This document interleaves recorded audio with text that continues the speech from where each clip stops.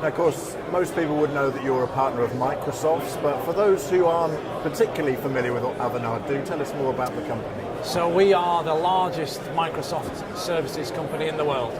We are a joint venture between Accenture and Microsoft, and we were formed in 2000, and now we are 20,000+ people, and have more Microsoft skills and expertise than any other organisation. At least that's my story. So it's a business that's seen huge growth over the last few years then? Huge growth since inception. So 20% annualised growth year on year since it started in 2000. What's been the key drivers of that growth? What has been the thing that has pushed it forward? I think some of the solutions that Microsoft and technologies that Microsoft have offered. The enterprise accepted Microsoft more than it did when we started. You can see, look at the growth of some of the Microsoft tools. We've grown in line with that or above that, and getting the right people within the organisation. So we are our people. So we focus on getting the best people for the organisation that give us the best solutions for our customers. Now, of course, part of that growth has been operating across emerging markets around the world as well, places like China, India and Brazil. Yeah. What proportion of your customer base currently is in those emerging markets? So customer base not as large as you'd expect, I think. So we have an office that started 3 or 4 years ago in Brazil, and that's seen phenomenal growth. But compared to the more established markets of the US, Japan, Hong Kong, Singapore and Europe, it's still smaller. In India, we have a lot of people work for us in India, and our market is growing significantly there.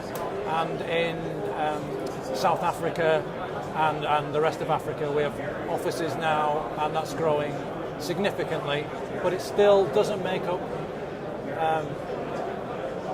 the third of our business that as in terms of population. Part of your business is having a lot of your offshore consultants and working in these markets. What benefits does that bring your customer base to be actually there and present in those countries? So it gives us the ability to scale. So if we can tap into some of the markets within Eastern Europe, where there's well-educated, English-speaking people, India, where the same applies, and in the Philippines, where again the same applies, we can reduce our cost to serve customers and give them the best solutions.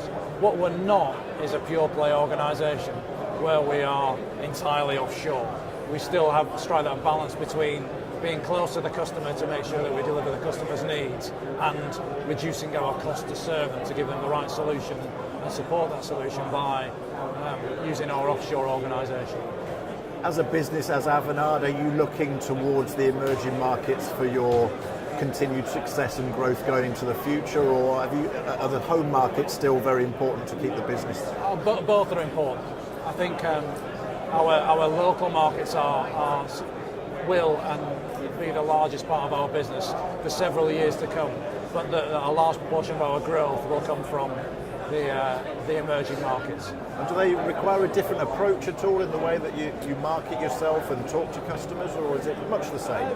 So there's local variations and nuances, I would say, and hence we have offices in all our target countries to give that customer connection and closeness and understand the cultural differences, perhaps, or the local nuances. But they all want, it's a connected world, right? It's a connected business. So they all want a level of the same underlying quality. Looking at the market that you're operating in as a whole, what do you see as the key market trends over the next sort of 12 to 18 months for SME IT organisations, generally speaking? So I think the mega trends are still going to be the mega trends because they're mega, right? So or SMAC, so social, mobile, analytics, and cloud.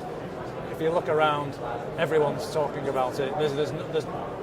I'd be surprised if you went to any of these booths here and said, "What's your cloud offering?" and they didn't say, "Here's our cloud offering." How mature, how established, how used that is will vary, but everyone here will have a cloud story. If you say the same around enterprise collaboration, then most people here will have an enterprise collaboration story. And I see actually, I think cloud's time. I think cloud's well established. I think enterprise social is one of the biggest growth areas we're seeing at the minute.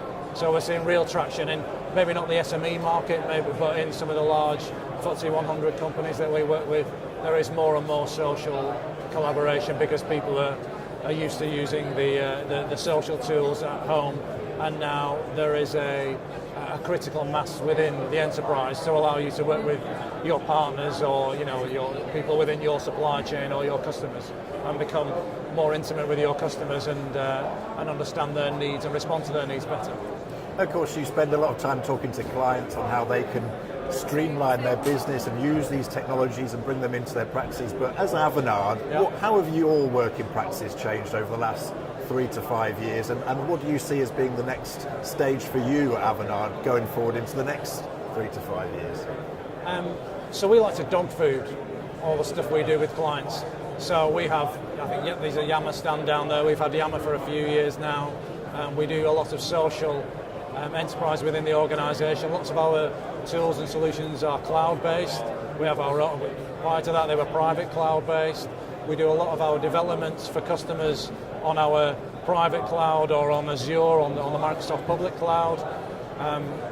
How will that continue to change? I think that everything will move towards that direction.